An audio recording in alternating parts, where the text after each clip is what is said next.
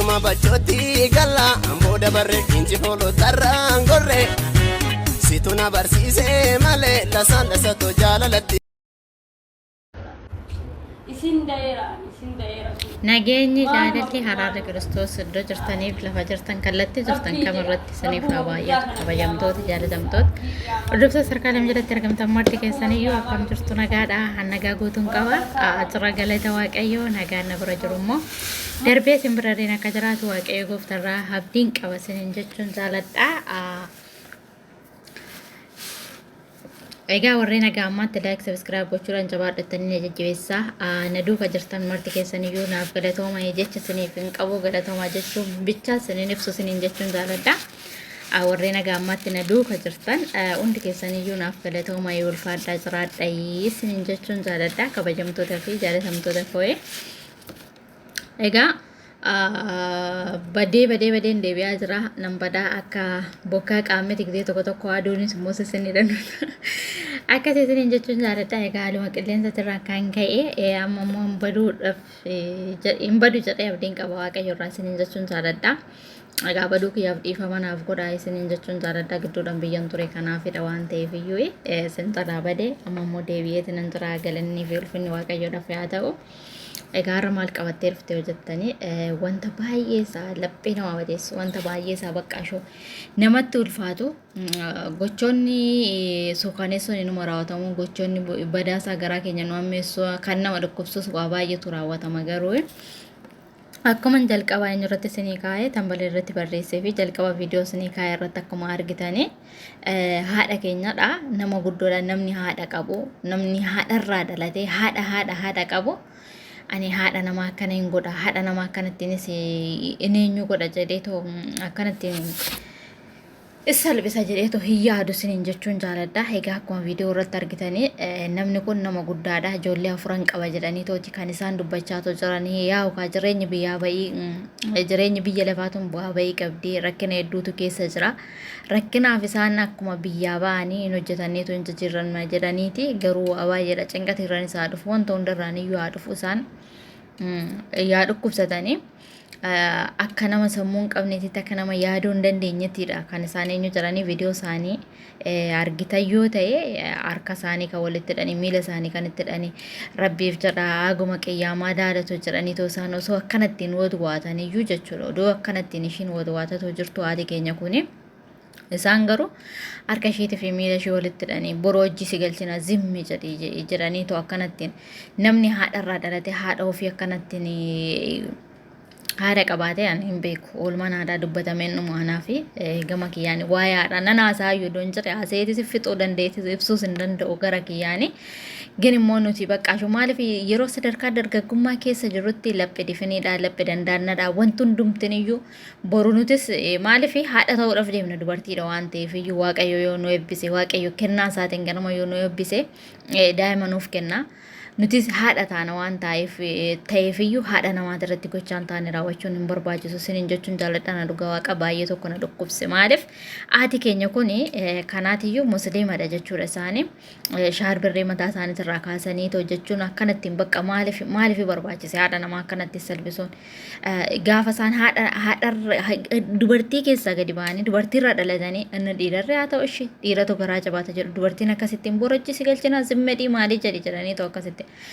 maal rakkattee haati kun haadha kiyya jedhanii haadha ormaas akka haadha ofiititti yoo qabatan maal ta'a ana baay'ee isaa kanatti dhagahame jechuudha. Maaloo sinan dhalaa jedhuun maaloo sinan dhalaan ijoollee afuran qaba ana akka keessanii beenan qaba gaafa jedhame dhugaa waaqa amma gama gammee isin warri haadha taataniitoo jirtan waaqayyo ganama kennaa isinii kenne kan eebbifamtanii.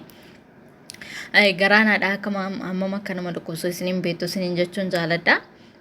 Oduun isin deetan qabaan akkasii jettuun akkanattiin tarfaafanii haadha namaa salphisuun ani beeku baay'ee isaatiidha kanatti dhagahame keessa koo dhugaa waaqa qallaala kana na gubaatu hin turre isiniin jechuun jaaladha. Maaliif namni tokko amantaa musliimaa argatee mataa isaa mul'achuu hin qabu akka seera isaatitti inni hidhatama. Osoo ishiin iyyuu jechuudha dhukkubsattee tuma baqqaashu maaliif sammuun isaaniitiyyuu dhiphinarraanis ka'ee namni dhukkubsachuu danda'a oduma isaan iyyuu dhukkubsatanii isaanis warra warri bira jiru sunis amantaa tokko keessa jiru waan ta'eef iyyuu iskarbii ishii deebisanii hidhanii fi bakka maaliif haadha waan ta'eef iyyuu an akkasini dhaleetiin hin jira akkuma qiyyamaa jettee toshiin osoo akkanattiin watawwattu kan isaan akkana godhan luka ishee walitti hidhaniitu harka ishee kan walitti hidhanii akkanattiin haadha keenya ishee guddoo kanaan daa'ima afur osoo qabdu osoo akkanattiin waattu ishii salphisanii maal ta'a iskarbii isaanii yoo deebisanii hidhanii fi haadha ormaatis baqqaashu maaliif haadha koo hundinuu ji'a sagalidha kan garaatti baatanii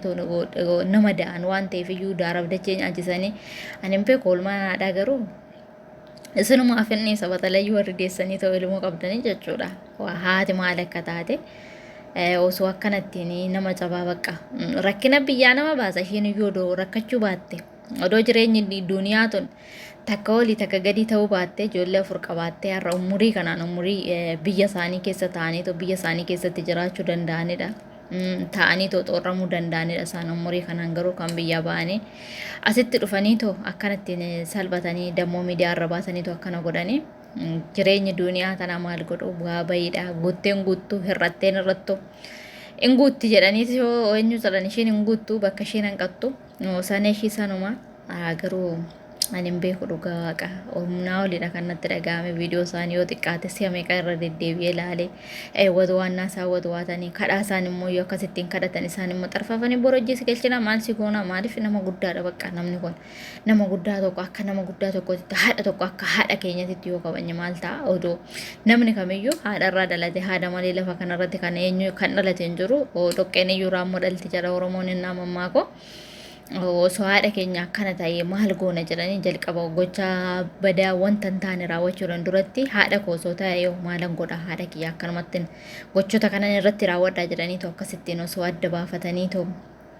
laalanii gochaa tokko raawwachuudhaan duratti itti yaadanii bakka xiinxalanii wanti kun sirriidha nama oofaa nama noofu jedhanii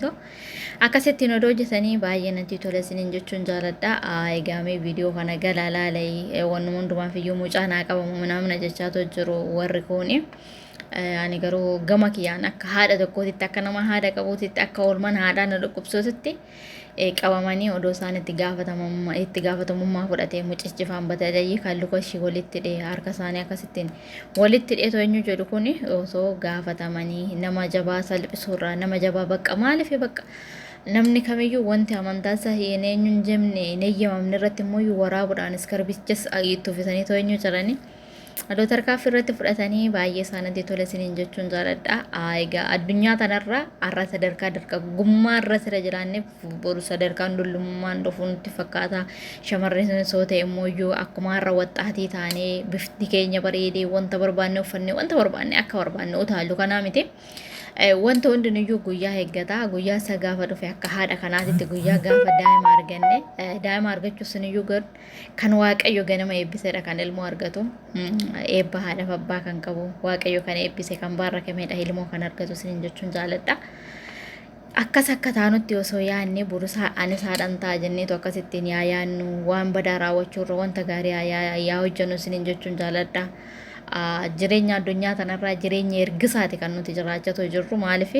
kontiraataadha inni kun jechuudha. Kontiraata keenya gaafa finnee hin deemna waan ta'eef iyyuu wanta asitti hojjenne wanta asitti raawwanne immoo samaa irratti hin gaafatamna waan ta'eef iyyuu asitti hojii gaarummaa wanta tololtummaa irratti waaqayyo gooftaan akka hojii gaarummaa hojjennu wanta badaarraa inni nu haa eegu sinin jechuun jaaladha. Egaa gaarii hojjannee nama gaarii hojjetee akka jecha isaa hajaja isaatitti jiraate mootummaa isaa dhaalu waaqayyo gooftaan nuuf haa taasisu. Jireenya addunyaa tanaatiin bitamne jireenya addunyaa tanaatiif of gurgurree qabeenyaa irra qabnu laallee dargaggummaa kana laallee boru wanta nurra darbuudha wanti hundin isaatiyyuu wanti hin dabarre hin jiru lafa kanarra sinin jechuun jaaladha. Viidiyoo biraatiin hanga walitti deemtu nagaatti tura.